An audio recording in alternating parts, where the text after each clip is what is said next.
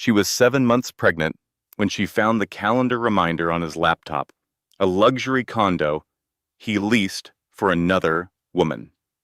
A 5-carat diamond ring she had never seen. 2 first-class tickets to St. Bart's, booked for the week her doctor said she could not fly. And the worst part? He was paying for all of it with their unborn baby's trust fund. Most women would have screamed. Most women would have confronted him that night. Sophia Thorne did neither. She closed the laptop, walked to the kitchen, and smiled when he kissed her goodbye on his way to his mistress. For the next 4 weeks, she played the perfect, oblivious, pregnant wife. She discussed nursery colors. She let him drive her to doctor appointments while he texted the other woman from the waiting room. She cooked dinners he never stayed to eat, and every single night, after he left, she was on the phone with the most expensive divorce attorney in Boston, quietly dismantling her husband's entire empire. He never suspected a thing. When she handed him the divorce papers, he actually laughed. He signed them in under 5 minutes, thinking he had won the deal of a lifetime. He had no idea that by Monday morning, he would own nothing. Not the penthouse, not the company, not even the car in the parking garage. And his mistress? She collapsed on the boardroom floor when she found out the diamond on her finger was being repossessed. This is the story of how a pregnant wife quietly filed for divorce and walked away with everything. This story will teach you the most dangerous person in any room is not the one who is shouting. It is the one who is silent and thinking. Sophia's story is a reminder that your greatest power is not in your reaction. It is in your patience. It is in your ability to stay quiet when every part of you wants to scream and to move with precision when the moment is right. If you have ever been underestimated, if you have ever been overlooked, if anyone has ever mistaken your silence for weakness, this story is for you. Now, if you are ready, settle in, because this one is going to keep you on the edge of your seat for the next 90 minutes. And when you get to the part where she hands him that pen, trust me, you are going to want to pause and tell someone about it. So go ahead, share this video right now with someone who needs to hear this story today. Hit that subscribe button so you never miss another one. Drop a comment and tell me, would you have had the patience to wait 4 weeks? Or would you have confronted him that first night? I read every single comment, and I cannot wait to hear what you think. Let us get into it. The pen did not shake in her hand. 7 months pregnant, Sophia Thorne stood at the floor-to-ceiling windows of their Boston penthouse, one hand resting on the curve of her belly, the other holding a cup of decaf tea that had gone cold 20 minutes ago. The city stretched below her like a postcard, all glass and ambition, and from up here, 42 floors above the street, everything looked small. The cars, the people, the lives being lived down there by women who probably knew where their husbands were at night. Behind her, Marcus was on the phone. He was always on the phone. His voice carried that particular tone she had come to recognize over the past 3 years, the one that was warm and laughing and directed at someone who was not her. He was confirming a dinner reservation. She knew, with the quiet certainty that settles into a woman's bones long before her mind catches up, that the reservation was not for them. 8 o'clock, the private room, and make sure the champagne is already on the table when we arrive. She likes it cold. She, not we. She. Sophia took a sip of her cold tea and said nothing. The Thorne penthouse felt less like a home and more like a showroom. Everything was marble and glass and sharp corners. Coasters were mandatory. Emotions were vacuum sealed. There were no family photographs on the walls, only the kind of abstract art that costs 6 figures and means nothing. Marcus had picked every piece. Sophia, who had once been an art curator, who had spent years learning to see beauty in brushstrokes and light, had not been consulted on a single one. She had been dazzled once, she could admit that. Marcus Thorne had swept into her life like a weather system, all charm and confidence and the kind of ambition that felt electric when you were standing close to it. He was handsome in the way of expensive suits and inherited jawlines. He had taken her from a struggling art curator, sharing a studio apartment in Cambridge, to the wife of one of Boston's most aggressive young entrepreneurs. The elevation had been dizzying. The view from the top had seemed limitless. Now, 7 months into a high-risk pregnancy, the gleam had faded. The floor-to-ceiling windows did not make her feel powerful. They only showed her how high she was and how far she had to fall. Marcus ended his call and walked into the kitchen, his shoes clicking on the marble. He was dressed for going out, not for staying in. His suit was charcoal gray, his tie loosened just enough to suggest casual authority. He smelled like cologne she had not bought him. "Big night, Soph," he said, pouring himself a glass of water without looking at her.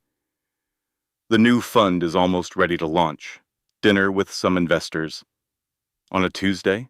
Money doesn't care what day it is." He smiled, and it was the kind of smile that used to make her heart skip. Now it made her stomach tighten. "Don't wait up." "I won't," she said. He kissed the top of her head on his way to the elevator, and his lips felt like a stamp, a mark of ownership rather than affection. The elevator doors closed, and the penthouse was silent. Sophia stood there for a long moment, listening to the silence. Then she set down her tea, walked to Marcus's home office, and sat down at his desk. She was not a suspicious woman by nature. She was the daughter of a forensic accountant, a man who had raised her on the gospel of trust but verify. For months she had been trusting. The late nights, the phone angled away from her on the sofa, the faint scent on his jacket that was neither his cologne nor her perfume. She had trusted, and she had waited, and she had told herself she was imagining things. Tonight she was done trusting. Tonight she would verify. Marcus's personal laptop, the one that was for his eyes only, was open on the desk. A notification had pinged while he was getting dressed. It was not a text message. It was a calendar reminder from a shared account he had clearly forgotten existed. Sophia read it. Chloe, final walkthrough, location, 114 Beacon Street, apartment 6B. Notes, surprise for C. Make sure the champagne is on ice. Call the jeweler. Reference number 884B to confirm delivery. Her blood ran cold. 114 Beacon Street was not an office building. It was a new, obscenely expensive condominium complex that had been featured in Boston Magazine last month. Sophia navigated to his email. Her fingers were steady. Her heart was not. He had not just bought a condo. He had leased it, fully furnished, for 2 years. The lease was in his name, paid for through a corporate account she did not recognize. A quick search for the jeweler's reference number brought up a file on his hard drive. The receipt was for a 5-carat canary diamond ring, a ring she had never seen, a ring that was not for her. But the final blow, the one that turned her blood from cold to ice, was in his travel folder. 2 first-class tickets to St. Bart's, departing in 3 weeks. The time when she would be entering her 8th month, forbidden from flying by her doctor. The passenger names were listed clearly. Marcus Thorne, Chloe Bennett. Sophia sat back in the chair. She placed both hands on her belly. The baby shifted, a slow, lazy roll, completely oblivious to the fact that his father was building a new life with another woman. She did not cry. The shock was too sharp, too clean, like a surgeon's cut. She navigated back to the bank statements. This was where the shock turned to something else entirely. Something harder, something with teeth, the Legacy Discretionary Fund. She knew what it was. Arthur Thorne Sr., Marcus's father, had established it years ago. It was not a personal account. It was a trust fund specifically designated for the next generation of Thornes, for grandchildren, for her baby. Marcus had been pulling from it for months. The condo lease, the jeweler, the first-class tickets, the champagne. He was not just cheating on his pregnant wife. He was spending his unborn child's inheritance on his mistress. Sophia heard the distant hum of the building's ventilation system. She heard her own breathing, slow and controlled. She closed the laptop with the same careful precision with which she had opened it. She walked back to the kitchen and poured her cold tea down the drain. When the penthouse intercom buzzed with the doorman confirming Marcus had left the building, Sophia did not move. She stood at the kitchen island, both hands flat on the cold marble, and she stared at the wall. She was not thinking about Chloe Bennett. She was not thinking about the Canary Diamond or the first-class tickets or the champagne on ice. She was thinking about the number on the bank statement. $150,000, pulled from her child's future, spent on a woman who was not his mother. And in that moment, standing alone in a penthouse that had never felt like home, Sophia Thorne made a decision. She was not going to scream. She was not going to cry. She was not going to confront her husband and give him the chance to lie, to charm, to manipulate. She was going to be quiet. She was going to be precise. And she was going to take everything. But first, she was going to fall apart. Just once. Just tonight. In private. She walked to the master bathroom and locked the door. The bathroom tile was cold. Sophia lowered herself carefully, one hand bracing against the edge of the bathtub, the other cradling her belly. It was not graceful. Nothing about being 7 months pregnant was graceful. She sat with her back against the tub, her legs stretched out in front of her, and she let the cold seep through the thin cotton of her nightgown. And then she cried. Not the way women cry in movies with photogenic tears and trembling lips. Sophia cried the way women cry when no one is watching and they do not have to perform their grief for anyone. She cried with her mouth open and no sound coming out because even now, even alone, some part of her was afraid of being heard. Her shoulders shook. Her ribs ached. She pressed her fist against her mouth and she sobbed into it, tasting salt and the metallic edge of her own rage. She cried for the woman she had been 3 years ago, the one who had believed him. She cried for the nursery she had been decorating in soft greens and yellows, imagining a family that was never going to exist. She cried for the Tuesday night dinners she had eaten alone while he was at 114 Beacon Street, pouring champagne for a woman named Chloe. She cried until there was nothing left, until her eyes were swollen, and her throat was raw, and the bathroom floor had warmed beneath her. Then the baby kicked, not a gentle flutter, a hard, sharp kick, right beneath her ribs, the kind that makes you gasp. Sophia's hands flew to her belly. She felt him move, felt the impossible reality of a whole person growing inside her, a person who depended on her completely, a person who had no idea that his father was a liar and a thief. She went still. She pressed both palms flat against the curve of her stomach, and she spoke out loud for the first time since Marcus had left. "Not for me," she whispered. "For you." She said it again, louder. "For you." She washed her face at the sink. The water was cold and it stung her swollen eyes. She looked at herself in the mirror, at the woman staring back, puffy-faced and exhausted and 7 months pregnant in a bathroom that cost more than most people's apartments. That woman did not look like someone who could dismantle an empire. She looked like someone who needed sleep. But her eyes were different. The softness was gone. In its place was something she had inherited from her father, the forensic accountant who had taught her that numbers never lie, and that the truth is always in the paperwork. It was clarity, cold, absolute clarity. She dried her face, hung the towel neatly on its rack, and unlocked the door. She walked to the kitchen, opened her personal laptop, and began making a list. The next morning, she called her sister.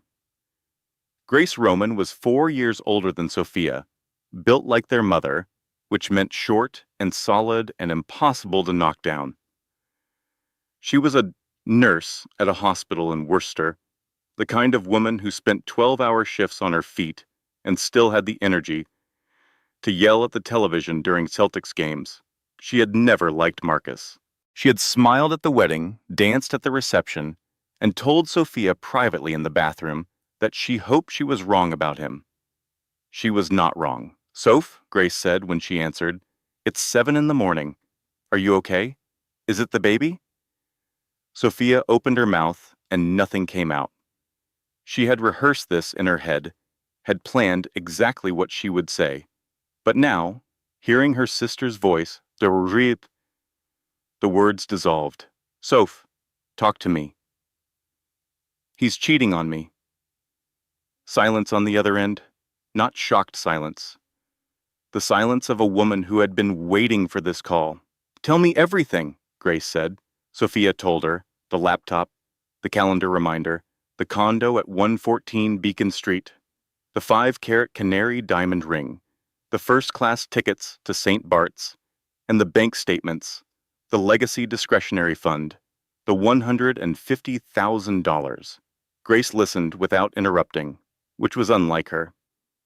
When Sophia finished, the silence stretched. "I'm coming to Boston," Grace said. "I'm leaving right now." "No." "Sophia, you cannot handle this alone. You're 7 months pregnant, and your husband is stealing from your baby. I know what he's doing, and I'm not going to handle it alone. I have a plan, but I don't need you to come fight him, Grace. I need you to remind me I'm not crazy." Another silence, then quieter. "You're not crazy, Soph. You're the smartest person I know, so be smart." "I'm going to be." "What are you going to do?" "I'm going to see his father." Grace exhaled. "Arthur? The old man? He's terrifying, Sophia." "I know. That's why I'm going to him. Marcus is afraid of 2 things in this world: losing money and his father. I can't take the money myself, but Arthur can." "And you think he'll help you?" "He's Marcus's father. Blood is blood." "Blood is blood," Sophia agreed. "But legacy is everything to Arthur Thorne, and Marcus is spending that legacy on a woman named Chloe Bennett." She could hear Grace thinking, could almost hear the gears turning. "You're going to turn the father against the son." "I'm going to show the father what the son has been doing. If Arthur chooses to act on it, that's his decision. But I know Arthur Thorne. He will not let his grandson's inheritance be spent on a mistress. And if he doesn't help?" Sophia looked out the window at the Boston skyline. "Then I'll find another way. But he'll help. I'm sure of it." She was not sure of it. Not entirely. But she had learned something from 3 years of marriage to Marcus Thorne. She had learned that confidence is a performance, and that the person who performs it most convincingly wins. Marcus had taught her that, without ever meaning to. "Soph," Grace said, "be careful, please." "I will. And call me. Every day. I mean it. If you go dark on me, I'm driving to Boston, and I'm bringing Mom." Despite everything, Sophia almost smiled. "I'll call." She hung up and sat for a moment with the phone in her hand. The apartment was silent around her. Marcus's coffee cup was still on the counter from this morning, a ring of brown where he had set it down carelessly. She picked it up, washed it, dried it, and placed it back in the cabinet. Then she opened her contacts and scrolled to a name she had saved months ago, just in case. Alistair Harding, Harding and Associates, Private Counsel. She pressed call. The offices of Harding and Associates occupied the top floor of a brownstone on Beacon Hill, the kind of building that whispered money rather than shouting it. There was no flashy signage, no glass and chrome reception desk, just a small brass plate by the door and a staircase that creaked with the weight of old Boston privilege. Sophia arrived at 10 in the morning. She was wearing a simple black dress that accommodated her belly and flat shoes that made no sound on the hardwood floors. She carried a single folder, thin and plain, the kind you could buy at any office supply store. Inside it was the most dangerous collection of paper in Boston. Alistair Harding met her at the top of the stairs. He was exactly what she had expected from his reputation. Mid-60s, silver hair combed back with military precision, a face that could have been carved from the same granite as the building. His handshake was brief and dry. "Mrs. Thorne, please come in. He is already here." He, Arthur Thorne Sr. The office was a room designed to intimidate, floor-to-ceiling bookshelves lined with leather-bound volumes that were not decorative, a mahogany desk the size of a small boat, 2 leather chairs facing it, the kind that were comfortable enough to sit in for hours but positioned low enough that you always had to look up at the person behind the desk. Arthur Thorne Sr. was behind the desk. He did not stand when Sophia entered. He was 81 years old, but his eyes were the same pale, icy blue that Marcus had inherited, and they missed nothing. He was thin in the way of men who had once been powerful and were now being slowly reduced by time, but there was still steel in his posture and granite in his jaw. "Sophia," he said, not a greeting, an acknowledgement. "Arthur, sit." She sat. Harding remained standing by the window, his hands clasped behind his back like a general observing a negotiation he already knew the outcome of. "You called this meeting," Arthur said. "You said it was urgent and that it concerned my grandson." "It does." "You are carrying my grandson." "I am." "Then speak." Sophia placed the folder on the desk and pushed it across the mahogany surface toward him. She did not explain what was inside. She did not frame it, or soften it, or provide context. She simply pushed it forward and waited. Arthur opened the folder with the slow deliberation of a man who has read 10,000 documents and knows that the thin ones are always the most dangerous. His eyes moved down the first page. Bank statements, wire transfers, account names and numbers. She watched his face. The jaw tightened first. Then the eyes narrowed. He turned to the second page, the lease for 114 Beacon Street, the fully furnished condo, the 2-year term, the corporate account it was paid from. He turned to the third page, the receipt from the jeweler, 5-carat canary diamond ring, $150,000, reference number 884B. He turned to the fourth page, 2 first-class tickets to St. Bart's. Marcus Thorne and Chloe Bennett, departing in 3 weeks. Arthur closed the folder. He placed both hands flat on it, his knotted fingers spread wide. He stared at the closed folder for a long time. Sophia waited. She had learned patience from 3 years of marriage to his son. Then Arthur Thorne Sr. did something she did not expect. He pushed the folder back toward her. "My son is a fool," he said. His voice was low, rough, the voice of a man who had spent decades giving orders and was not accustomed to explaining himself. "But he is still my son. I will not destroy him over a woman." The words landed like stones in the quiet room. Sophia felt them hit, felt the brief, sickening lurch of her plan collapsing. Harding shifted slightly by the window, but said nothing. Sophia looked at the folder sitting between them on the desk. She looked at Arthur's face, set and resolute, the face of a patriarch who had spent his entire life protecting his bloodline, even the weakest branch of it. She understood, in that moment, that Arthur was not refusing because he did not believe her. He was refusing because admitting his son was capable of this would mean admitting he had failed. She did not beg. She did not cry.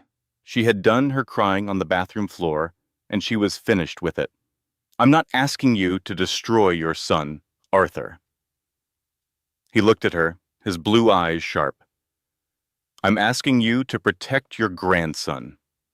She leaned forward, her belly pressing against the edge of the desk. This money, the $150,000 for the ring, the condo lease, the tickets, it didn't come from Marcus's salary. It didn't come from his personal account. It came from the Legacy Discretionary Fund, the fund you set up for your grandchildren. For this child. She placed her hand on her belly. Marcus isn't just cheating on me, Arthur. He's stealing from your legacy. He's spending your grandson's future on a woman named Chloe Bennett. The room was very still.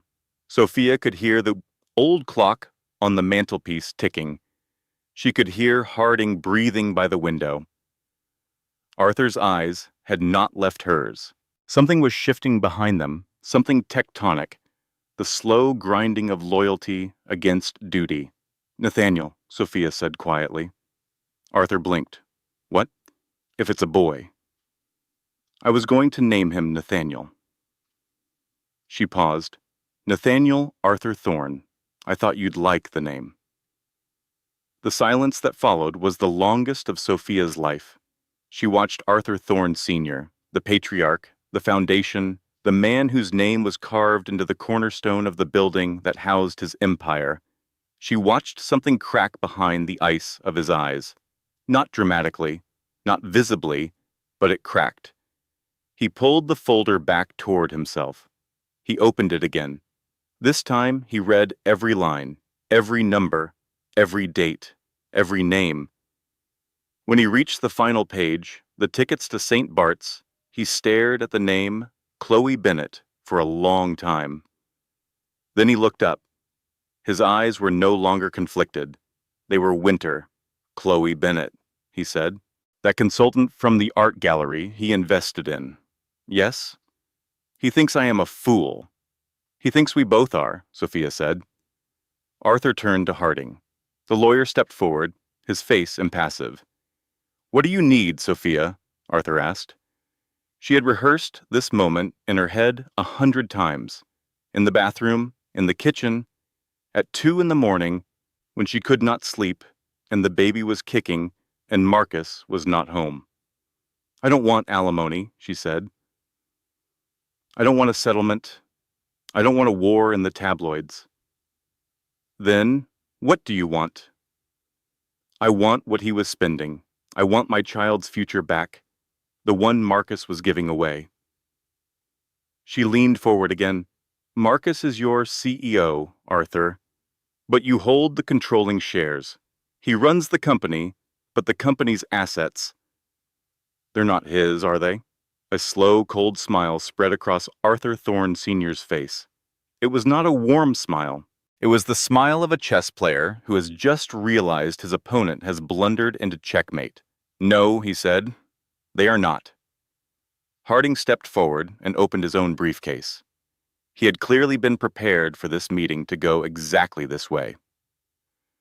The structure of Thorne Capital is unique, Harding began, his voice precise and measured.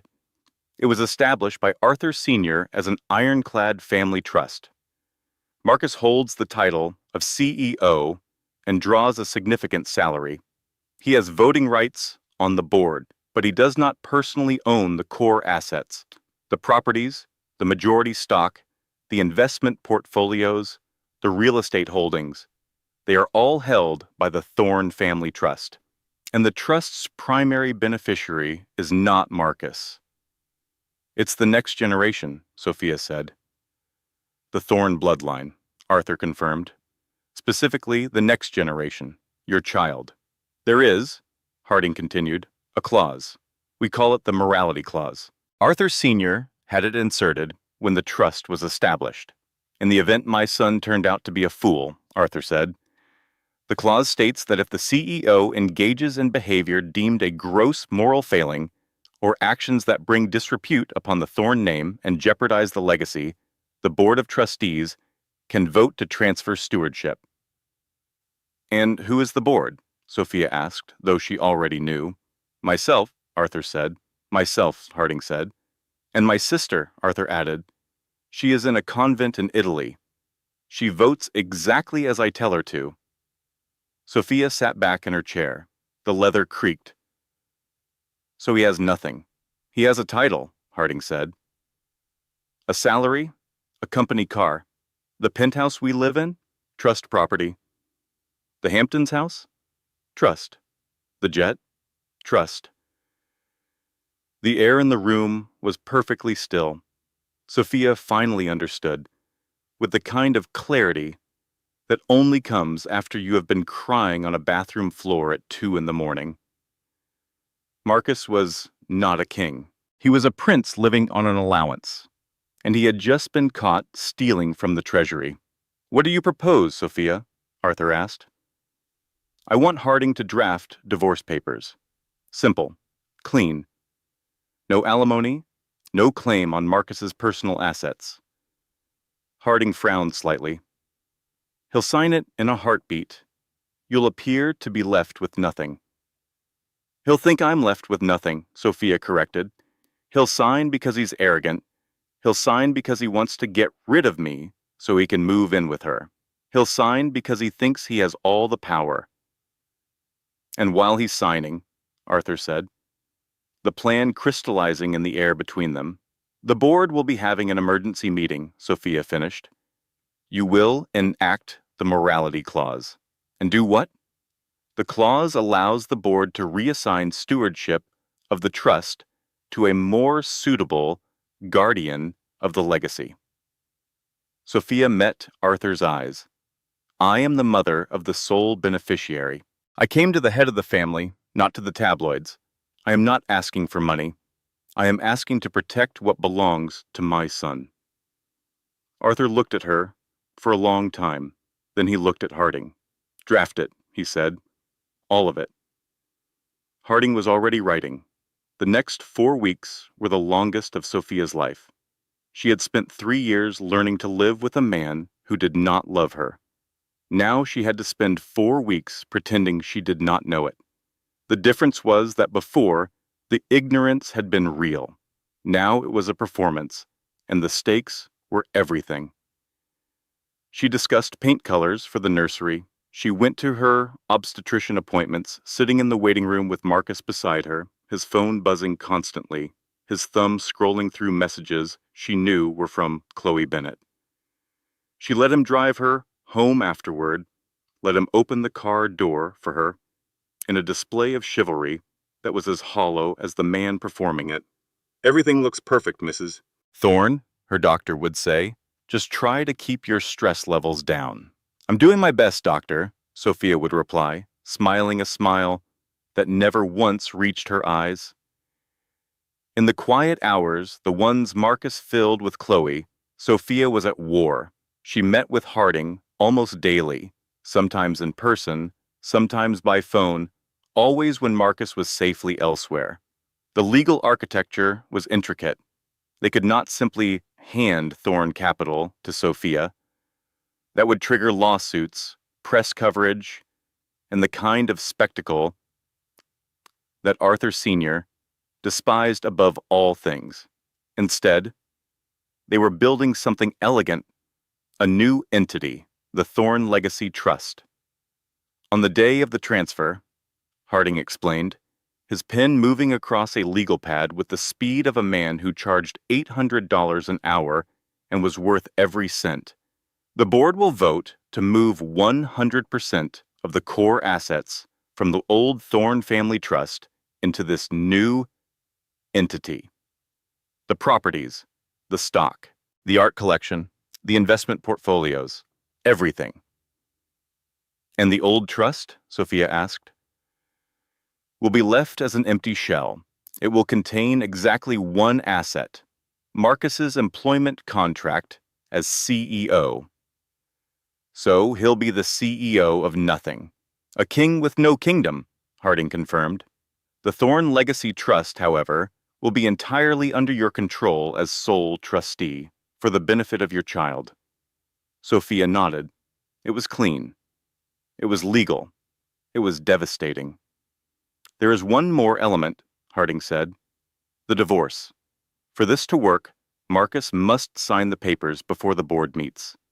He must believe he has won. If he discovers the asset transfer before he signs, he could contest it. He could bring lawyers. He could create chaos. He won't discover anything, Sophia said. You are certain? I know my husband, Alistair. He sees what he wants to see. And right now, he wants to see a boring, obedient, pregnant wife who doesn't ask questions. She was right. Marcus saw exactly what he wanted to see.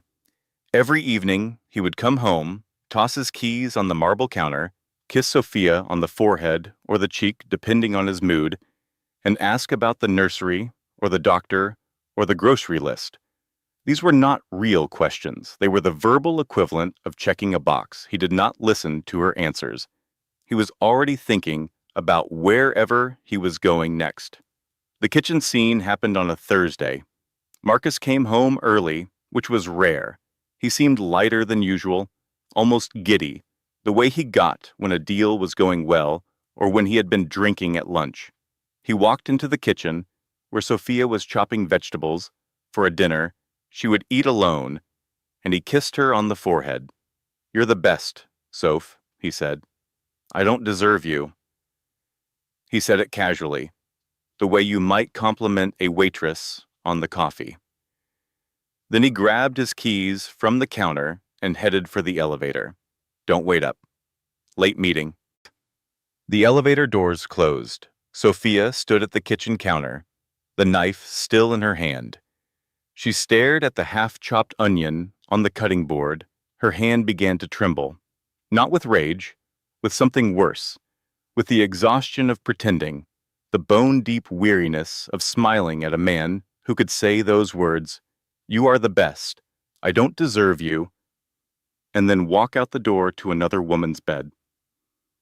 A tear fell onto the cutting board, then another. She did not wipe them away. She let them fall, silently, onto the vegetables she was preparing for a meal he would never eat. Then she took a breath.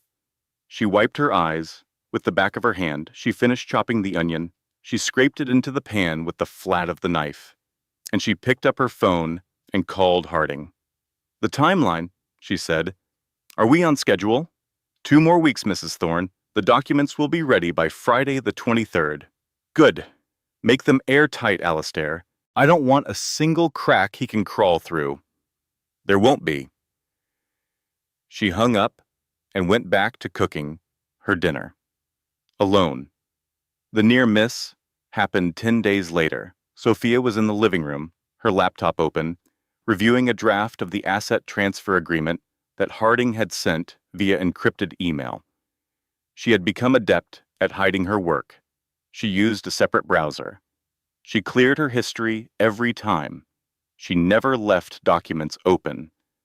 But on this particular afternoon, she was on the phone with Harding, discussing a specific clause about the transfer of intellectual property rights, and she did not hear the elevator chime. Marcus walked in. She heard his footsteps on the marble. 3 seconds before he rounded the corner into the living room. 3 seconds was enough. She tapped the mute button on her phone and closed the laptop in a single, fluid motion. By the time Marcus appeared, she was sitting on the sofa with the laptop on the coffee table. Her phone held casually to her ear. Who was that? Marcus asked, tossing his jacket over a chair. Sophia's heart was hammering so loudly she was certain he could hear it. But her face was calm. Her voice was steady. The nursery designer, she said. I can't decide between the cream and the pale yellow. Marcus stared at her. His eyes, those thorn blue eyes, were sharp. Not suspicious exactly. More like the idle, predatory alertness of a man who was accustomed to catching people in lies because he told so many himself. He looked at her face. He looked at the laptop. The moment stretched. 5 seconds. 10. Long enough for the audience to stop breathing. Then Marcus shrugged. Go with yellow. Less boring. He grabbed his golf clubs from the closet by the elevator and left. Sophia did not move until she heard the elevator doors close. Then she gripped the edge of the sofa cushion until her knuckles turned white and exhaled, a long, shaking breath that seemed to empty her entire body. She picked up the phone and unmuted it. Alistair, I'm still here. That was close, Mrs. Thorne. I know. We should consider limiting our communications to, Alistair, I am not stopping. We have 10 days. I will be careful, but I am not stopping. There was a pause, then, with what might have been the ghost of admiration. Understood, Madam Trustee. Chloe Bennet, meanwhile, was growing bolder. The mistress had the confidence of a woman who believed she had already won. She was spending Marcus's money, or what she thought was Marcus's money, with the reckless joy of a lottery winner. She was redecorating the condo at 114 Beacon Street. She was booking salon appointments and spa weekends and shopping trips that she posted on social media with carefully cropped photos that showed luxury but never showed Marcus. And she was poking at Sophia. It started with small things. A box of maternity clothes arrived at the penthouse, addressed to Sophia, all in sizes comically too small. A petty, cruel little message. Sophia donated them without comment. Then came the text message. Sophia was sitting in the nursery, surrounded by paint samples and fabric swatches, when her phone buzzed with a message from an unknown number. She opened it. Your husband does not love you. Stop embarrassing yourself and leave. Sophia stared at the screen. She knew, instantly and completely, that it was Chloe. The grammar was too careful, the cruelty too specific to be random. This was a woman who wanted Sophia gone and was impatient for it to happen. Sophia's jaw clenched. Her thumb hovered over the keyboard. She wanted to respond. She wanted to type words that would shatter Chloe Bennet's smug little world. She wanted to say, I know who you are. I know about the condo and the ring and the ticket. And I know what is coming for you. You are going to lose everything, and you are going to watch it happen. And there is nothing you can do to stop it. Instead, she deleted the message. She put her phone down. She picked it up again. She called Grace. I almost broke, she said. What happened? Sophia told her about the text. Grace was silent for a moment, and then her voice came through the phone, steady and sure. Almost doesn't count, Soph. You've got 2 more weeks. Hold the line. I'm holding. You're doing something most people couldn't do in 100 years. You're looking the man who betrayed you in the face every single day and smiling. That takes more strength than anything I've ever seen. It doesn't feel like strength. It feels like dying slowly. I know, but you're not dying. You're building, and in 2 weeks, it'll be done. Sophia closed her eyes. 2 weeks. 2 weeks, and then you never have to pretend again. She held the phone to her ear for a moment longer, listening to her sister breathe. Then she said goodnight, hung up, and went back to choosing paint colors for the nursery. Pale yellow. She had already decided. The Friday before the St. Bart's trip, everything was in place. Harding had drafted the divorce papers. They were almost offensively simple, irreconcilable differences. Both parties waive any claim to alimony or assets beyond their own personal bank accounts. No mention of infidelity, no mention of Chloe, no mention of the $150,000. Just 2 signatures and a clean break. It was the kind of document a man like Marcus Thorne would read with his ego and not his brain. He would see the absence of demands and conclude that he was getting everything. He would not ask why. He would not wonder what he was missing. He would sign because signing felt like winning, and Marcus Thorne needed to win. The board meeting was scheduled for Monday at 10 a.m. Harding had prepared the asset transfer documents. Arthur's sister in Italy had been briefed and had confirmed her proxy vote via secure video call. The pieces were set. All that remained was the Queen's move. Sophia packed a suitcase that evening. She chose the same bag she had arrived with 3 years ago, the one she had carried into this penthouse as a new bride, full of hope and art books, and the naive belief that Marcus Thorne loved her. The bag was small. It did not need to be large. She was not taking anything that belonged to the penthouse. She was not taking anything that could be contested or challenged or used against her. She was taking her clothes, her personal items, and the folder from Harding's office. Marcus came home at 7:30, buzzing with energy. The new fund had officially launched that day. The numbers were strong. He was riding the kind of high that only men who confuse activity with accomplishment can sustain. "Big night, Soph," he announced, loosening his tie as he walked through the front door. "The fund is out the gate and running. I'm thinking Le Ballier, that French place. I'll get us a reservation. You and me. Celebration." She was standing in the hallway outside the bedroom. The suitcase was behind her, just out of his line of sight. She was wearing a simple white blouse and dark pants. No jewelry, no makeup.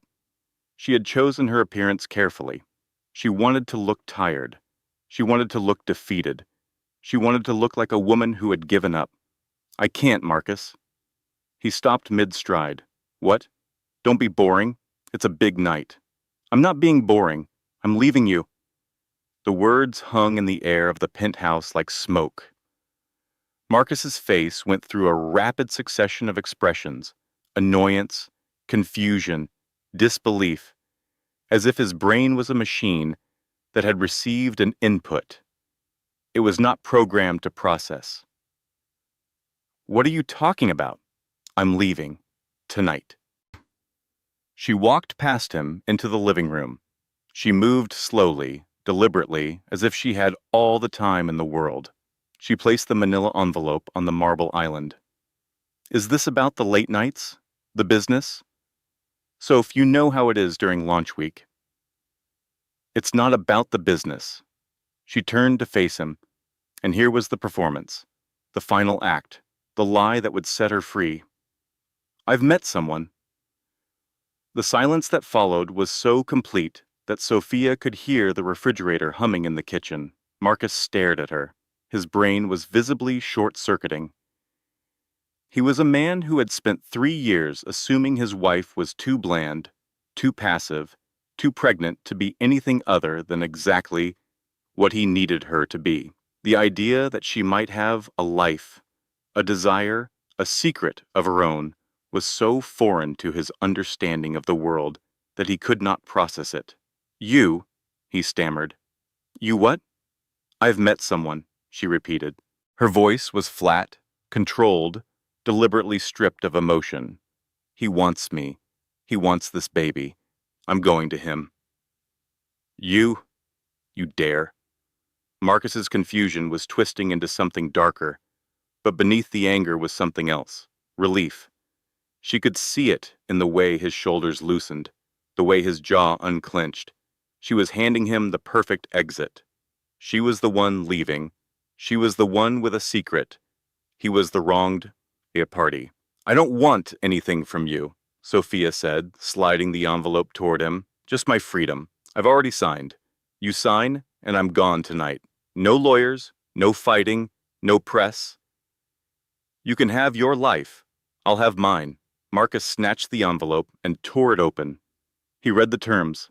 His eyes moved quickly, greedily, the way they moved when he was reviewing a deal he knew was in his favor. No alimony, no claim on the house, no claim on assets, no mention of infidelity. A clean, unconditional surrender. He looked up. His eyes were bright. This is? You're just leaving? I am. But then something shifted, a flicker behind his eyes. Marcus Thorne was many things. Arrogant, reckless, unfaithful, but he was not entirely stupid. He had spent 15 years in finance. He knew that when a deal looked too good, there was always a catch. This is too clean, Sophia. Her blood went cold. She held her face still. You don't just walk away from everything, he continued, studying her. That's not who you are. You're careful. You're methodical. Your father was an accountant, for God's sake. You don't leave money on the table. This was the moment, the most dangerous 30 seconds of the entire plan. If he pulled on this thread, if he called a lawyer, if he hesitated long enough for his suspicion to harden into action, everything would collapse. Sophia let her eyes fill with tears. They were real tears. She did not have to manufacture them. She had 4 weeks of swallowed grief stored behind her eyes, and she released them now, not in a flood, but in a slow, trembling spillover that tracked down her cheeks and made her voice crack in exactly the right way. I'm 8 months pregnant, Marcus. Her voice broke on his name. I can barely sleep. I can't fight you. I don't have the energy. I don't have the strength. I just want peace. Please. She pressed her hand to her belly, the universal gesture of maternal vulnerability. Just let me go. Marcus looked at her. He saw a tired, broken, pregnant woman begging for mercy. He saw exactly what he wanted to see. A wife who had been defeated, who was giving up, who was retreating so completely that she was willing to walk away from millions just to avoid the fight. His suspicion dissolved. His relief returned, and beneath the relief, barely hidden, was the giddy realization that he was about to be free. Free of the boring wife, free of the pregnancy conversations, free of the pretense. Chloe was waiting. St. Bart's was booked. The future was wide open. He grabbed a pen from the counter. Fine, he spat, and the contempt in his voice was thick enough to taste. Good riddance. Don't you ever come to me for a dime. You understand? This child is. I'll have my lawyers contact you about custody. Whatever you say, Marcus. He signed his name with a flourish. The pen moved across the paper with the careless confidence of a man who believed he was closing the deal of a lifetime. He did not read the fine print. He did not call his attorney. He did not pause to consider why his careful, methodical, accountant's daughter, wife, was walking away from a fortune. He signed because he was arrogant. He signed because Chloe was waiting. He signed because the champagne at 114 Beacon Street was on ice. Sophia picked up her copy of the signed papers. She picked up her suitcase. She walked to the private elevator, her back straight, her steps measured, her face a mask of quiet defeat that hid the roaring triumph inside her chest. The elevator doors opened. She stepped inside. She turned to face Marcus one last time. He was standing at the marble island, the pen still in his hand, a grin of pure, unadulterated victory spreading across his face. He had won. He had everything. The doors chimed shut. Sophia Thorne stood alone in the elevator as it descended 42 floors. She did not smile. She did not celebrate. She placed her hand on her belly, felt her son kick, and whispered, "It's done, baby. We're free." The elevator reached the lobby. She walked through the marble atrium, past the doorman, and into the cool Boston night. A car was waiting. Harding had arranged it. The driver opened the door without a word. As the car pulled away from the building, Sophia allowed herself one look back at the penthouse windows, 42 floors up, glowing with the warm light of a home that had never been hers. Then she turned forward and did not look back again. Marcus Thorne poured himself a glass of 30-year-old Macallan from his bar in his penthouse. His bar. His penthouse. His life. He had never felt so free. He called Chloe before the first sip was finished. "It's done," he said, and his voice was brimming with the kind of laughter that only comes from a man who believes he has gotten away with everything. "What's done?" Chloe's voice was pouty, the practiced pout of a woman who knew exactly how to make a man feel guilty for being 5 minutes late. "She's gone, Chloe. The Ice Queen finally cracked. She left me." There was a squeal on the other end of the line, so loud that Marcus had to hold the phone away from his ear. "She left you? Oh my God. You mean we're free?" "Better than free. Get this. She's having an affair." "No. Can you believe it? She's pregnant with my kid and stepping out on me. That's why she didn't fight. She didn't want me finding out about her little secret." "Oh my God, Marcus, what about the divorce? Is she going to fight you for anything she already signed?" "Took nothing. Nothing, Chloe. No alimony, no claim on the house, no assets. She just wanted out." Chloe was screaming with delight, literally screaming, the way women scream in jewelry stores and movies. "I'm coming over," she said. "No, wait. You come here, come to our place. Let's celebrate properly. I'll be there in 20, Marcus said. He hung up and took a long, victorious sip of the Macallan. The scotch was smooth and expensive, and it tasted like freedom. He was free of the boring pregnant wife. He was free of the quiet, judgmental looks. He was free of the pretense of a marriage he had outgrown years ago. Chloe was waiting. St. Bart's was booked. The Canary diamond was in his desk drawer, ready to go on her finger. He spent the weekend in a blissful fog at 114 Beacon Street. The condo was everything the penthouse was not. Warm, colorful, alive. Chloe had decorated it with the kind of enthusiastic excess that Marcus found charming in a mistress and would have found vulgar in a wife. There were throw pillows everywhere. There was a bar cart with crystal glasses and expensive gin. The bedroom had silk sheets and a view of the harbor. They celebrated. They drank champagne and made plans. They would redecorate the penthouse. They would host a welcome party. They would go public. No more sneaking around. No more hidden calendar reminders. Marcus Thorne and Chloe Bennett, Boston's newest power couple. She was always such a downer, Chloe said, lounging on the new sofa in a silk robe, her legs draped over the armrest. So dull, so quiet. You need someone vibrant, baby, someone who can keep up. And I've got her, Marcus said, pulling the velvet box from his jacket pocket. He opened it. The 5-carat canary diamond caught the light and exploded into 1,000 golden sparks. Chloe's eyes went wide. Her mouth opened. For a moment, she was speechless, and Chloe Bennett was never speechless. "Marcus," she breathed. "This was always for you," he said. He slid it onto her finger. "From the moment I saw it." She stared at the ring on her hand, turning it back and forth, watching the light play through the stone. It was the most beautiful thing she had ever worn. It was a promise. It was proof. She had won.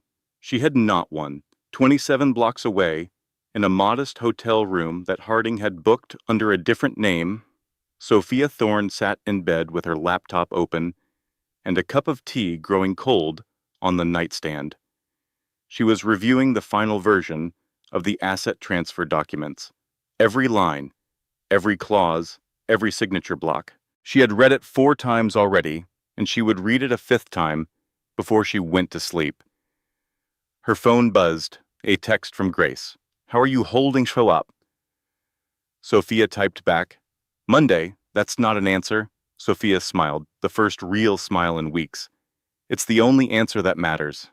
Get some sleep, Soph. You've done everything you can." She closed the laptop and turned off the light. The hotel room was small and anonymous. and nothing like the penthouse. It was perfect. She lay on her side with a pillow between her knees to support her belly, and she listened to the sounds of the city through the window. Monday. Everything would change on Monday. She placed her hand on her stomach. The baby was quiet tonight, sleeping, his small body curled in the dark warmth of her, trusting her completely without knowing a single thing about the world he was about to enter. 2 more days, she whispered, and then you'll be safe. She closed her eyes, and for the first time in 4 weeks, she slept without dreaming. Monday morning, 10 o'clock. Marcus Thorne strolled into the Thorne Capital boardroom at 2 minutes past 10 with a coffee in one hand and his phone in the other. He was wearing his best suit, the Navy Tom Ford, because Monday board meetings were a performance, and he was the star. He was still riding the high of the weekend. Chloe had stayed over on Sunday night, and he had woken up in the condo with her perfume on the pillow and the canary diamond catching the morning light on the nightstand. He had kissed her goodbye, told her to buy herself something nice, and driven to work with the windows down and the radio playing. Life was good. Life was, in fact, perfect. He pushed open the boardroom door and stopped. The mood was wrong. The room, which was usually populated by 2 bored junior executives and a secretary taking minutes, was occupied by 3 people, and all 3 of them were looking at him with the kind of expression you see on the faces of doctors before they deliver bad news. His father, Arthur Thorne Sr., was at the head of the table. He had not occupied that chair in over 2 years. He was dressed formally, a dark suit and tie, as if he were attending a funeral. Alistair Harding was beside him. His briefcase was open. Documents were already spread on the table. The 3rd board member, Aunt Catherine's proxy, was on a secure video line, her face small and solemn in the screen. "You're late," Arthur said. It was not a greeting. It was an indictment. "Sorry, Father. Traffic." Marcus took his seat at the opposite end of the table, setting his coffee down with a casual thud. "All right, let's get this quarterly review going. We're looking at a strong 15% upside in the new fund, and I've got some thoughts on expanding into, we are not here to discuss the fund."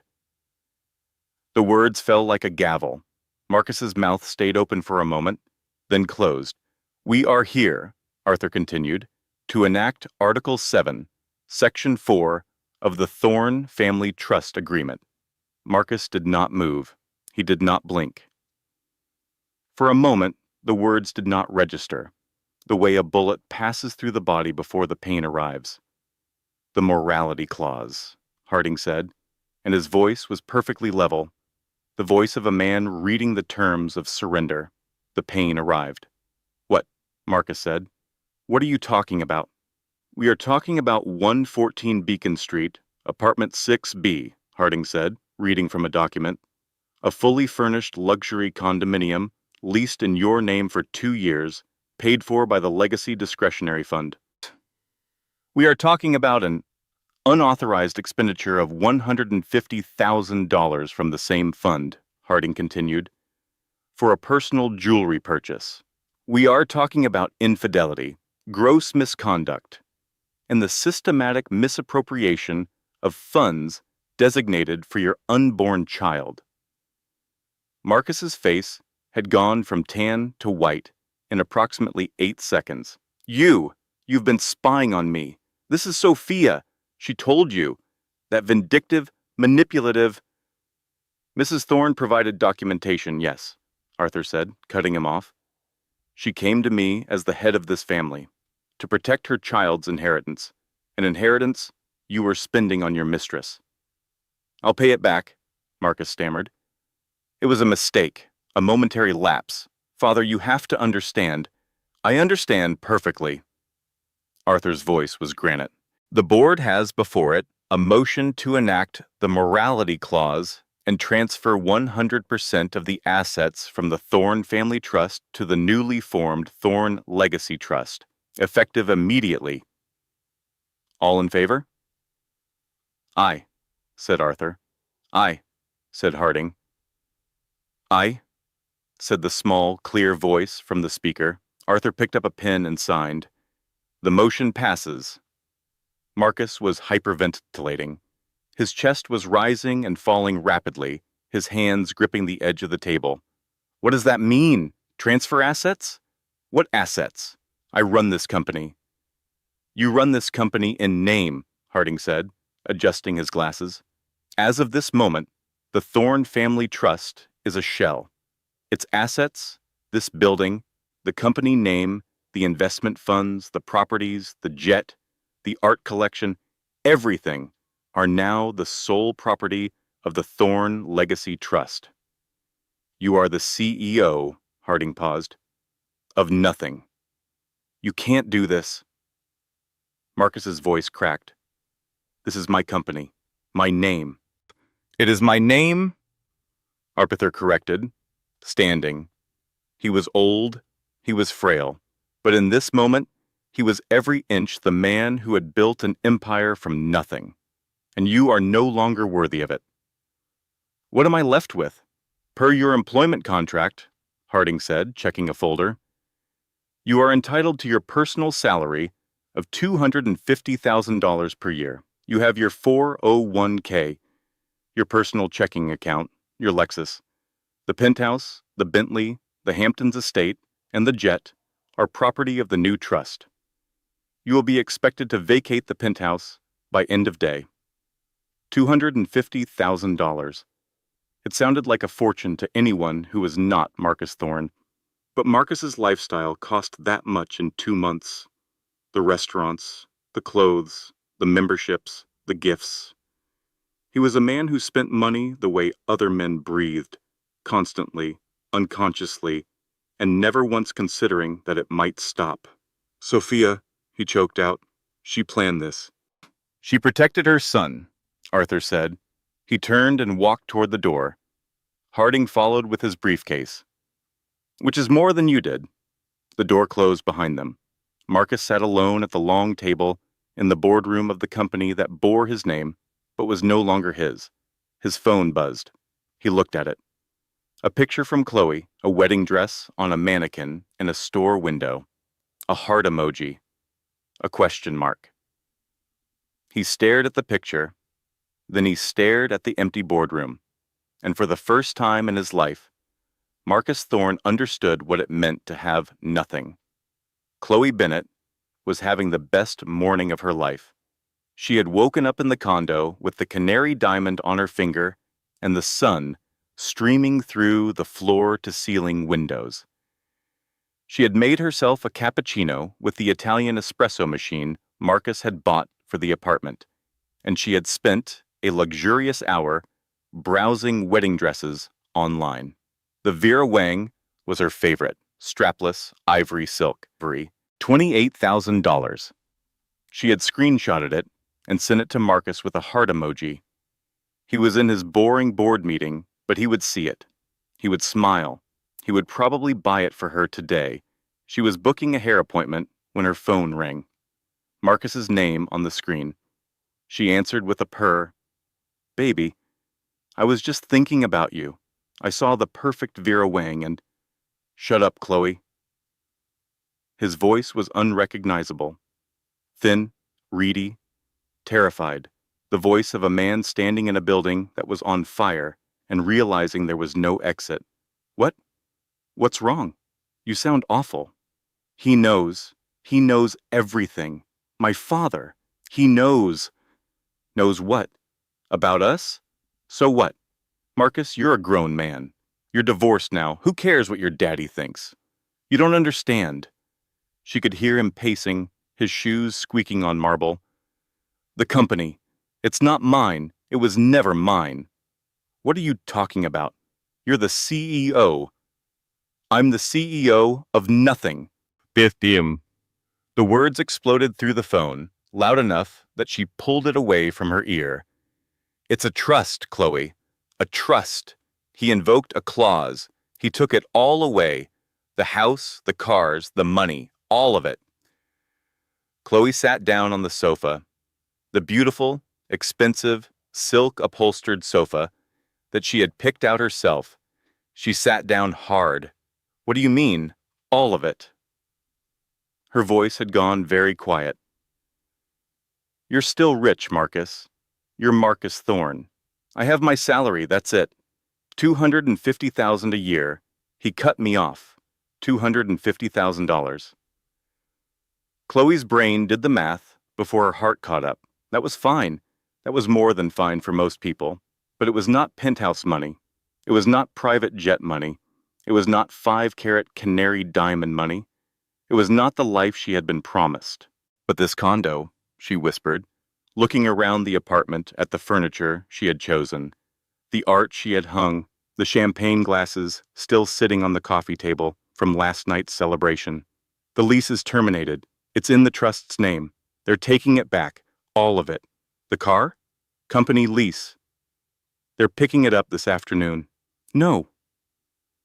Chloe said it reflexively, the way you say no to a diagnosis, not as a protest, but as a denial.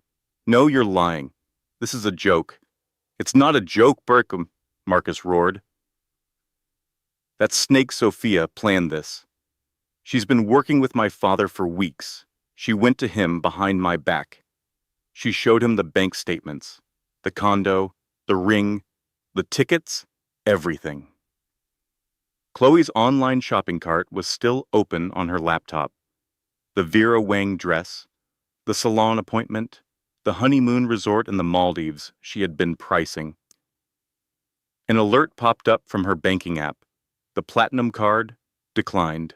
Marcus, she said, and her voice was trembling now, the trembling of a woman watching her entire future dissolve in real time.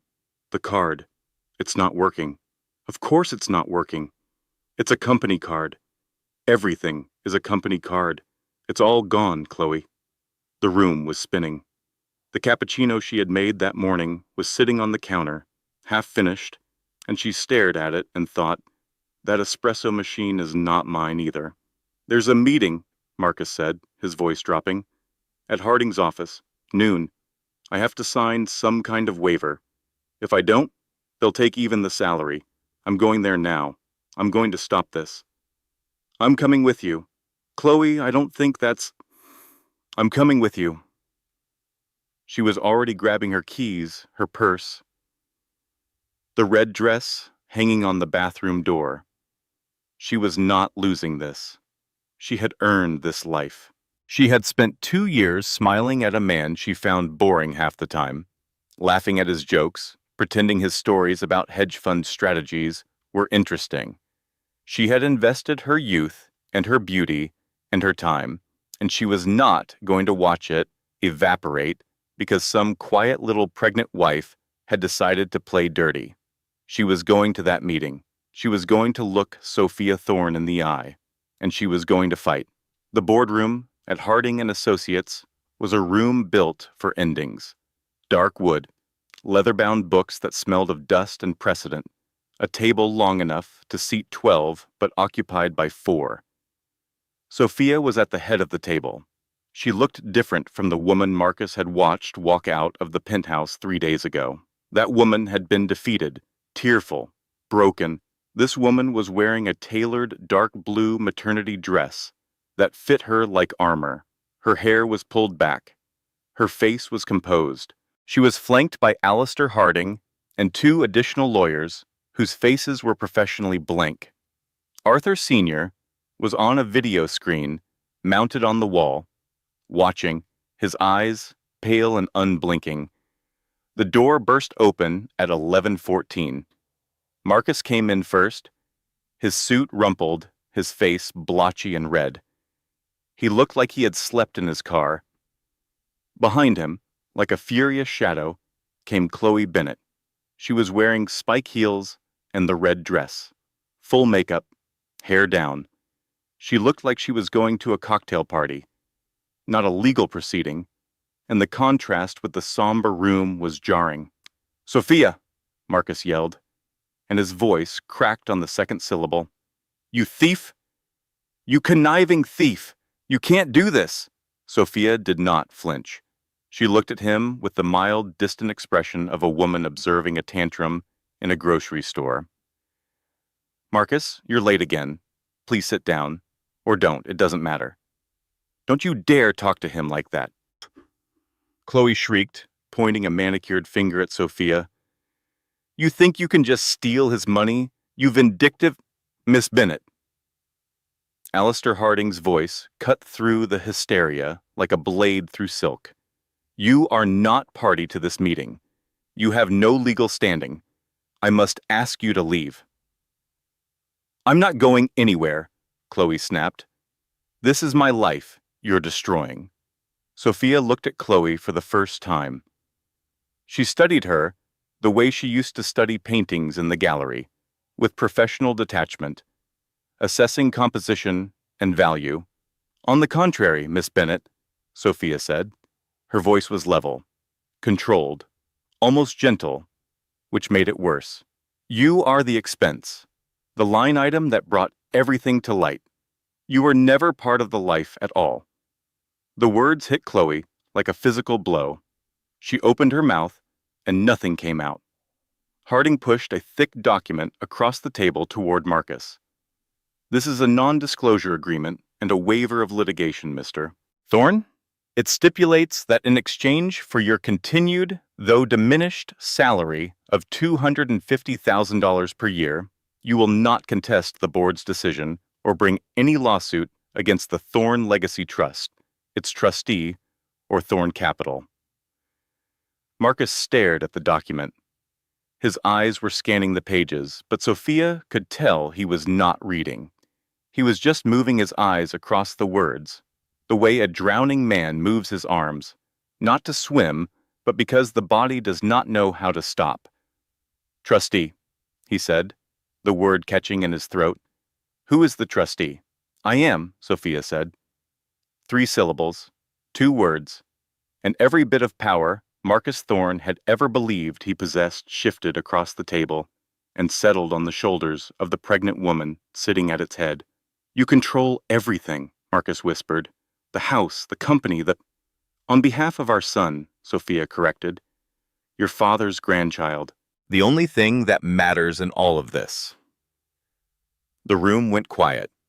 Not the quiet of an empty room, but the pressurized quiet of a space where something fundamental has changed. Marcus slumped in his chair. He looked old. He looked small. He looked exactly like what he was. A man who had mistaken his father's empire for his own and had gambled it away on ego and appetite. Chloe stopped screaming. That was the moment that would stay with everyone in the room. Not Marcus's collapse, which was pathetic. Not Sophia's composure, which was magnificent. But Chloe's silence, the sudden, absolute cessation of noise. She looked down at her hand, at the canary diamond on her finger.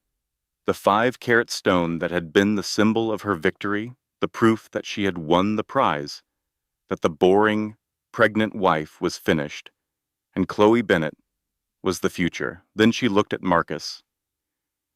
He was slumped in his chair, staring at the table. He did not look at her. He did not reach for her. He did not say her name. He did not do any of the things a man does for a woman he loves when that woman's world is falling apart. He just sat there, consumed by his own loss, his own humiliation, his own collapse. And in that silence, Chloe understood. He had never loved her. She was a purchase. She was a line on a budget sheet. She was the thing he bought to feel powerful, the way he bought the suits and the cars and the bottles of 30-year-old scotch. She was not a partner. She was not even a mistress. She was a luxury item. And now that the money was gone, she was being returned. She looked at Sophia, standing, pregnant, calm, holding everything. She looked back at the ring. Harding's voice cut through the silence. The ring, Miss Bennet, was purchased with funds from the Legacy Discretionary Fund. As such, it is an asset of the Thorne Legacy Trust. You will be expected to return it. A courier will be at the the trust's apartment, this afternoon to collect it. Chloe's face went blank. Not angry, not sad, not defiant, just empty. The way a house looks after the furniture has been removed. The way a bank account looks after the last withdrawal. Empty. Her legs gave out. She did not faint dramatically, the way women faint in old movies, with a hand to the forehead and a graceful swoon. She simply stopped holding herself up. Her knees buckled, her body folded. She went down onto the Persian rug like a puppet whose strings had been cut, a heap of red silk and broken dreams and a borrowed diamond ring that no longer belonged to her. The room was still for 3 seconds. 5. 8. Marcus did not stand up, but he did not rush to her side. He did not call her name. He just looked at her, sprawled on the floor, and then he looked away. He picked up the pen. His hand was shaking, but he picked it up, and he signed the NDA. Sophia watched it all. She watched the mistress collapse. She watched her husband sign away his last shred of power, and she felt nothing. No, that was not true. She felt something. She felt finished. "Mr. Harding," she said, and her voice was steady. "Please call 911 for Miss Bennet, and security for Mr. Thorne. He is no longer allowed on the premises." She picked up her purse. She placed her hand on her belly.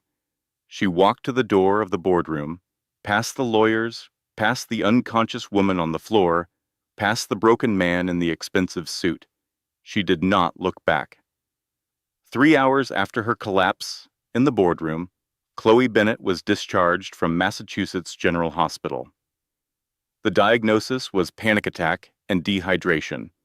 They gave her a paper cup of water, a pamphlet about managing anxiety, and a bill she could not pay. She used her phone to call a rideshare. The cost of the ride, $11.40, made her wince. 3 days ago, she would not have noticed. 3 days ago, she would have added a $20 tip without thinking about it. 3 days ago, the Platinum card worked. She had to get back to 114 Beacon Street. She had to get her things, her clothes, her jewelry, the ring. The canary diamond was still on her finger. She had not taken it off in the hospital, had curled her hand into a fist when the nurse tried to remove it for the blood pressure cuff. It was hers. Marcus had given it to her. It was the one thing she had left. The glass entrance of 114 Beacon Street gleamed in the afternoon sun. Chloe's key fob, the one she used to flash with such casual confidence, blinked red when she pressed it against the reader. Access denied. The doorman, a man named Frank, who had always greeted her warmly, who had always held the door, who had always accepted her generous Christmas tips, stepped outside. His face was a mask of professional regret. "Miss Bennet, I'm afraid I can't let you up." "Weston." "Frank, what are you talking about? I live here." "My apologies. We received a notification this morning from the leasing agent. The tenant of 6B has been changed. Your name is no longer on the resident list." "That's ridiculous. Marcus Thorne." "The lease is held by a corporate trust, not Mr. Thorne. I'm sorry." He pointed to a single medium-sized cardboard box sitting on the sidewalk near the valet stand. It was taped shut. "A courier and a security guard from the trust's representatives were here this morning. They packed your personal effects. The rest of the apartment's contents were, and I'm quoting, assets of the trust." Chloe walked to the box on legs that felt like they belonged to someone else. She tore it open. Inside was her toothbrush, her drugstore makeup, a few changes of clothes, the ones she had brought with her from her old apartment, not the designer pieces Marcus had bought her, her high school yearbook. A pair of sneakers she had not worn in 2 years. It was the box of a college student, not a future billionaire's wife. "Where is the jewelry?" she whispered, her hands rummaging frantically. The bags, the ring, the canary diamond. The gentleman from the trust took inventory. Any items purchased by trust funds were returned to the trust. That included the ring that was on the vanity. She looked at the diamond on her finger, the one she was wearing. The courier had taken the spare one from the vanity, the one Marcus had not yet given her, but this one, the one on her hand, was hers. Her phone buzzed, a text from a number she did not recognize. Miss Bennett, this is a representative of the Thorn Legacy Trust. Please be advised that the canary diamond ring currently in your possession was purchased with trust funds, reference number 884B. A courier will arrive at your location within the hour to collect it. Your cooperation is appreciated. Chloe stared at the screen. Then she stared at the ring. Then she sat down on the curb, right next to the valet stand where she used to pull up in the convertible that was never hers, and she cried. Not angry tears, not dramatic tears. The slow, hollow tears of a woman who had built her entire life on someone else's money and was now sitting on concrete with a cardboard box and a phone that would soon be disconnected because the bill was on the platinum card that no longer worked. The courier arrived 40 minutes later. He was polite, professional. He held out a small velvet pouch. Chloe pulled the ring from her finger. It came off easily. It had never really fit. Dump. When Sophia returned to the penthouse that evening, the first thing she noticed was the silence. Not the heavy, oppressive silence of the past 3 years, the silence of a woman walking on eggshells in her own home. This was different. This was the silence of an empty room, clean air, open space, the absence of Marcus's cigars and cologne and ego.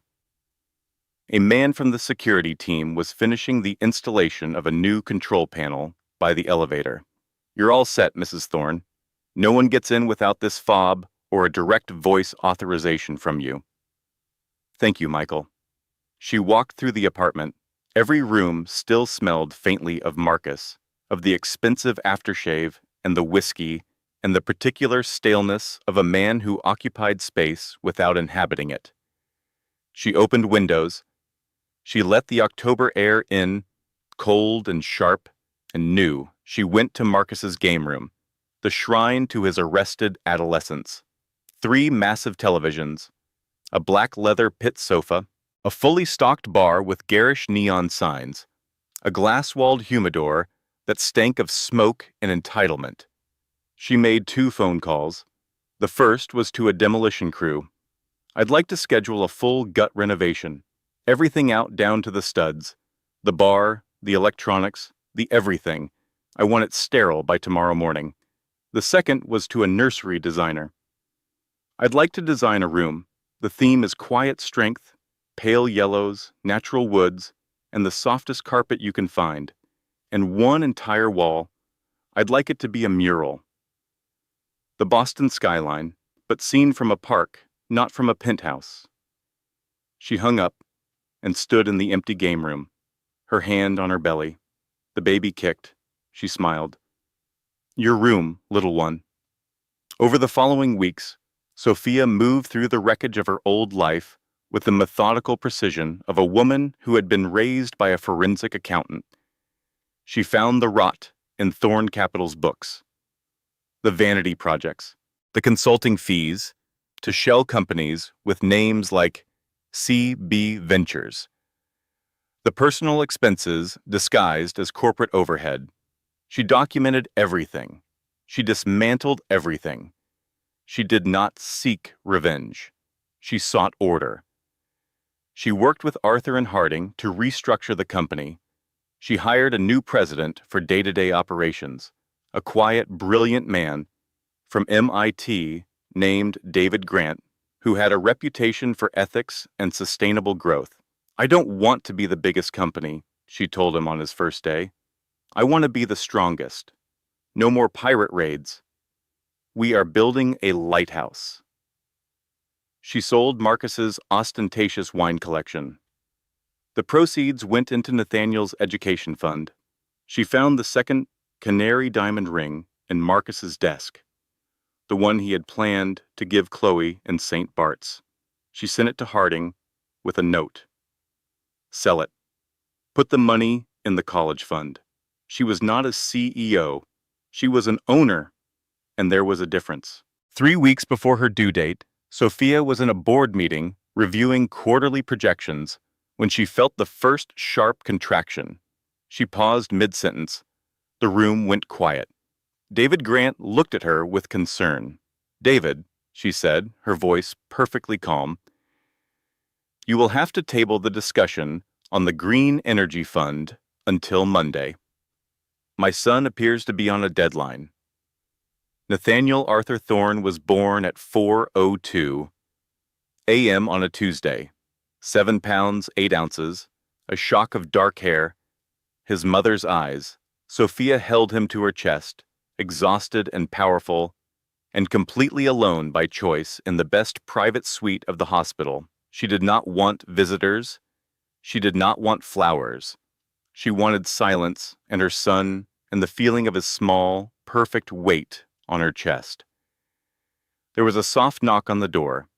Arthur Thorne Sr. stood in the doorway. He looked older than she had ever seen him, frailer.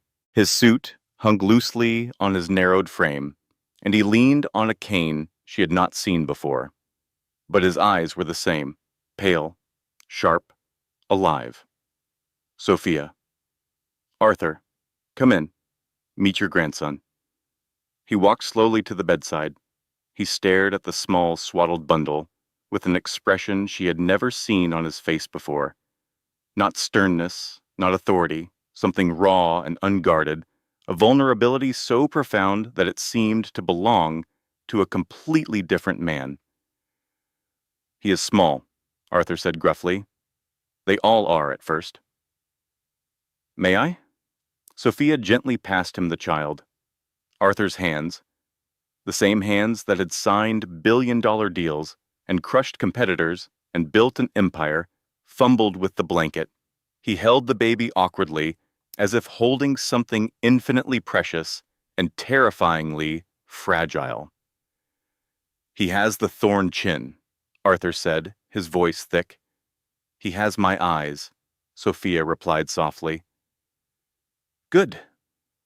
Arthur cleared his throat, but not before she saw the glisten. He'll need the vision.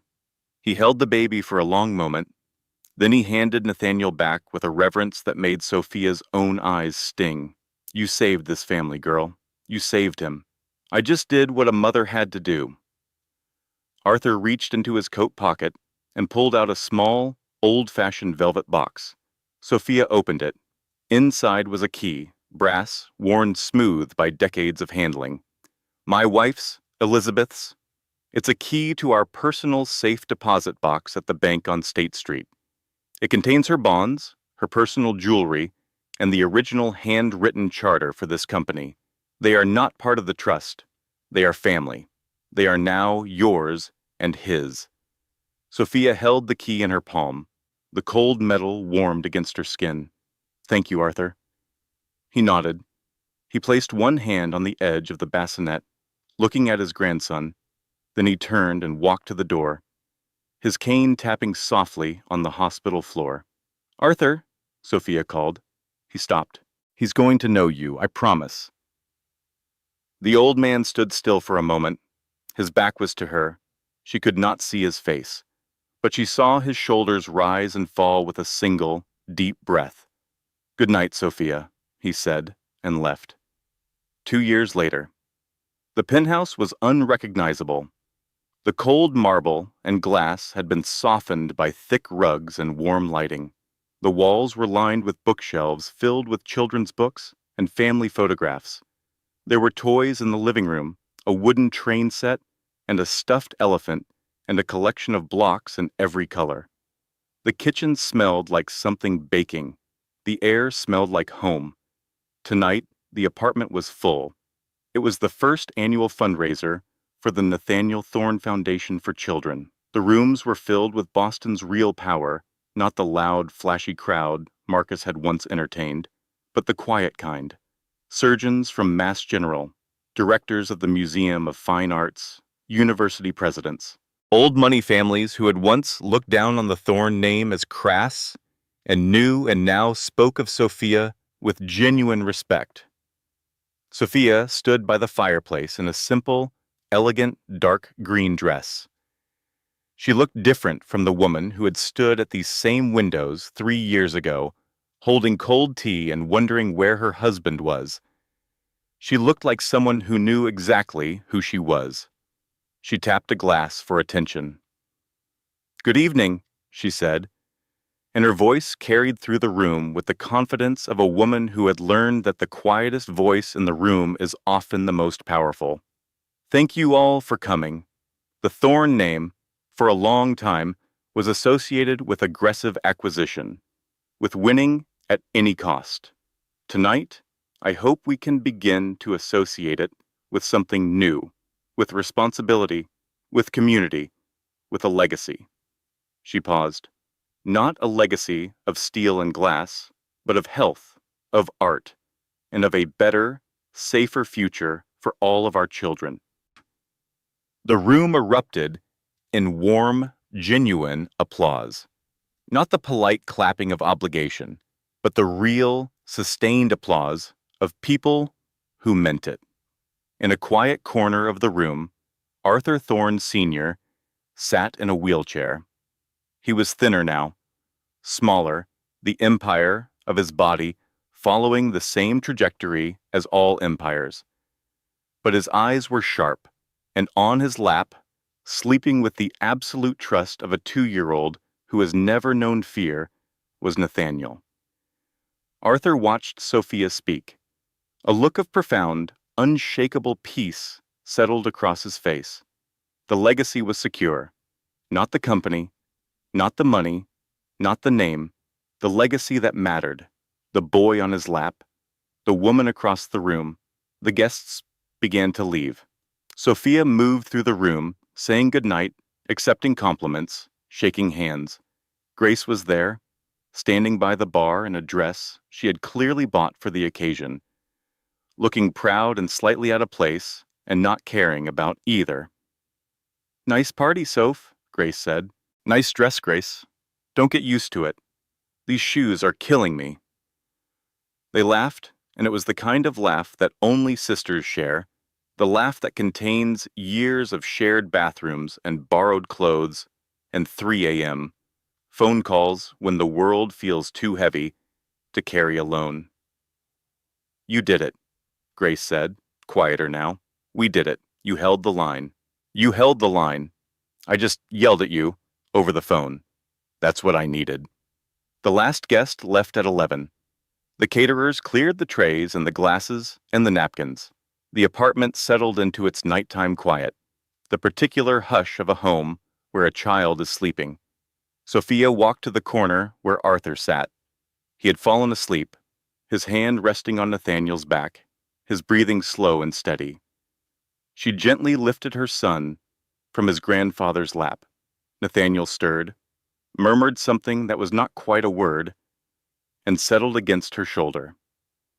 She carried him across the room to the great window. The Boston skyline was spread before her, glittering against the dark sky. The city looked different now, not like a cage, not like a prison of glass and ambition. It looked like a map of possibility. She thought about the woman she had been the night she sat on the bathroom floor and cried, the woman who had whispered, "Not for me, for you," and meant it. She thought about the Tuesday morning when she had read a calendar notification on a laptop that was not hers and had felt her world crack open. She thought about Grace on the phone saying, "You are the smartest person I know, so be smart." She thought about Arthur pushing the folder back across the desk and saying, "He is still my son," and the moment she had convinced him that protecting his grandson was not the same as destroying his child. She thought about the 4 weeks of pretending, the kitchen scene, standing alone with a knife in her hand and tears on the cutting board, the near miss, 3 seconds between the elevator chime and disaster, the text from Chloe that she had deleted instead of answered, because answering would have felt good for 5 seconds and cost her everything. She thought about Marcus signing the divorce papers with a flourish, grinning, believing he had won the greatest deal of his life. She thought about Chloe, collapsing on the Persian rug in a red dress, a heap of borrowed dreams, and a ring that was never hers. She did not think about them with hatred. She did not think about them with satisfaction.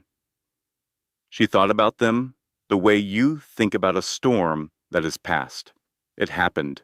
It was terrible.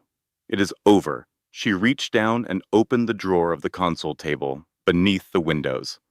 Inside, folded neatly, was the divorce paper, the thin, ordinary sheet that had started everything. Marcus's signature was still there, confident and careless, the signature of a man who had never once considered that the woman standing in front of him might be smarter than he was. Sophia held the paper for a moment. She ran her thumb across the ink of his name. Then she walked to the small shredder in the corner of the room, the one she used for trust documents and confidential correspondence, and she fed the paper in. The machine hummed. The paper disappeared.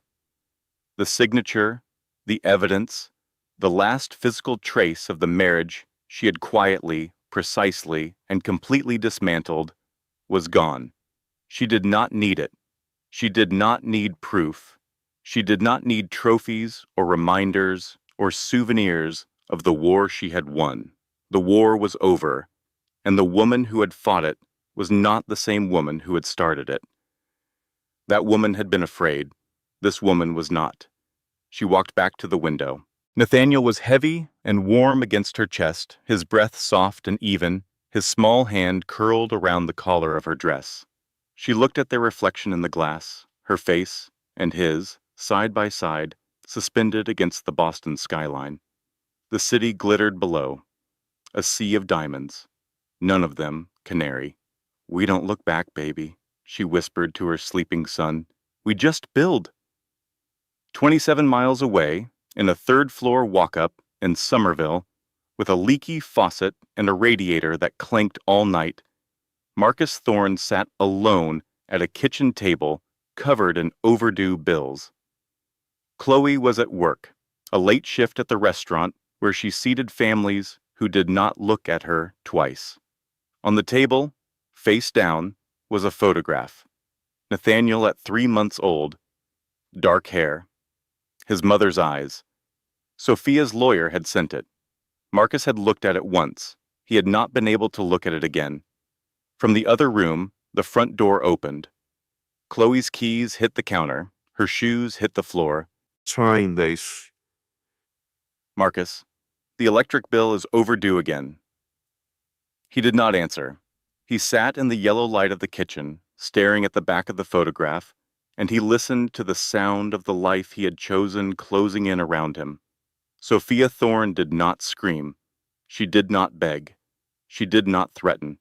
She quietly filed for divorce, and when the dust settled, the mistress was on the floor and the empire was in the hands of the woman everyone had underestimated.